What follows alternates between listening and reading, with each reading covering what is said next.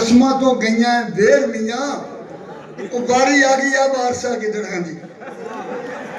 ਵਾਰੀ ਆ ਗਈ ਆ ਬਾਰਸ਼ਾ ਕਿਦੜਾਂ ਦੀ ਉਹ ਨੀਵੀਂ ਪਾ ਗਿਆ ਬੱਬਰ ਸ਼ੇਰ ਦੀਆਂ ਨੀਵੀਂ ਪਾ ਗਿਆ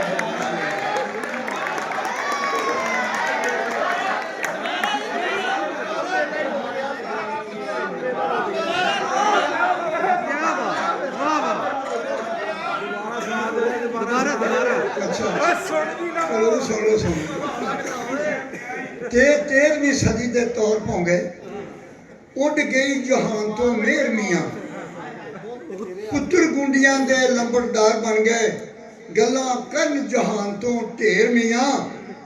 धीयां मापियां तो आवाजार होइयां रन्ना खसमां तो गईयां बेर मियाँ वारी आ गई बादशाह किदड़ां दी नीवी पा गया बब्बर शेर मियाँ नीवी पा गया बब्बर शेर मियाँ।